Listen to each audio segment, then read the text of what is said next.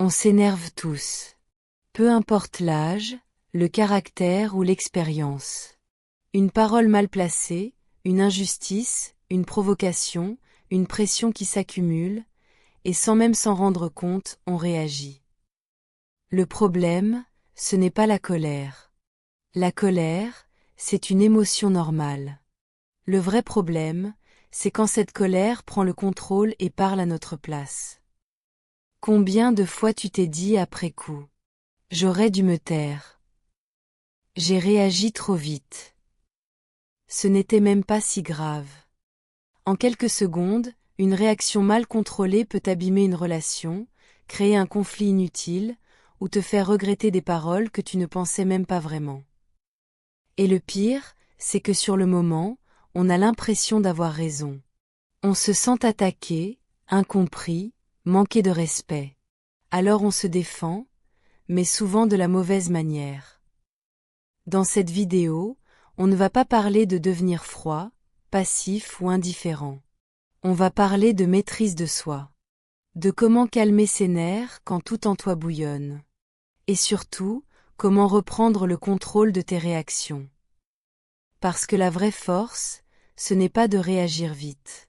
La vraie force, c'est de savoir s'arrêter. Partie 1. Pourquoi on explose? Quand on explose, on a souvent l'impression que c'est à cause de l'autre, à cause de la situation, à cause de ce qui vient de se passer. Mais en réalité, ce n'est presque jamais l'événement en lui-même qui provoque la colère, c'est tout ce qu'il réveille à l'intérieur de nous. C'est une accumulation silencieuse de stress, de fatigue, de frustration non exprimée, de limites qu'on n'a pas supposées à temps.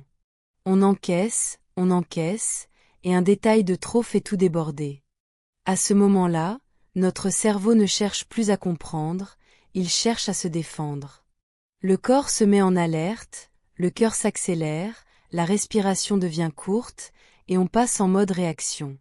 On veut avoir raison, on veut se faire respecter, on veut reprendre le contrôle. Souvent, ce n'est même pas de colère pure dont il s'agit, mais de peur. Peur d'être ignoré, peur d'être rabaissé, peur de perdre sa valeur aux yeux des autres. Et quand l'ego se sent menacé, il pousse à attaquer ou à crier pour exister. Le problème, c'est que dans cet état, on ne pense plus clairement. On parle trop vite, trop fort, parfois trop dur. Après coup, quand la pression retombe, on se rend compte que la réaction était disproportionnée, que la situation ne méritait pas autant d'énergie, mais le mal est déjà fait. Exploser, ce n'est pas un manque d'intelligence ni un défaut de caractère, c'est souvent le signe d'un système nerveux épuisé, d'émotions qu'on n'a jamais vraiment appris à gérer. Personne ne nous a appris à reconnaître les signaux avant l'explosion, à écouter ce qui monte en nous, à s'arrêter avant le point de non-retour. Alors on répète les mêmes schémas, encore et encore, jusqu'à ce qu'on comprenne une chose essentielle. Ce n'est pas en contrôlant le monde extérieur qu'on se calme, c'est en comprenant ce qui se passe à l'intérieur. Partie 2. Reprendre le contrôle avant qu'il ne soit trop tard. Le moment le plus important, ce n'est pas quand la colère explose, c'est juste avant. Ce moment précis où tu sens que quelque chose monte, que la tension s'installe dans le corps, que la mâchoire se serre, que la respiration change, que les pensées s'accélèrent. Ce sont des signaux, et la plupart du temps, on les ignore.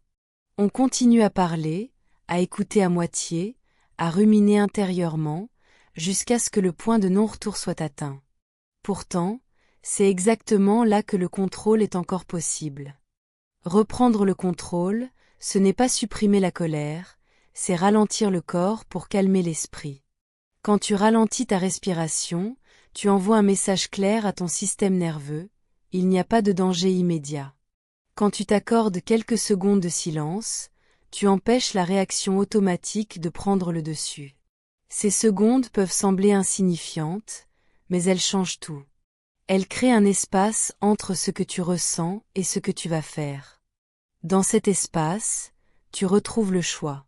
Le choix de te taire plutôt que de blesser, le choix de poser une limite sans attaquer, le choix de répondre avec calme plutôt que de réagir avec violence verbale. Ce n'est pas de la faiblesse, c'est de la maîtrise. Plus tu t'entraînes à reconnaître ce moment, plus il devient familier. Au début, tu t'arrêteras trop tard, puis un peu plus tôt, jusqu'au jour où tu sentiras la montée avant même qu'elle ne prenne toute la place.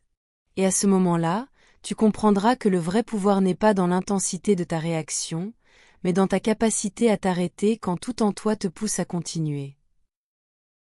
Partie 3. Transformer la colère en réponse consciente.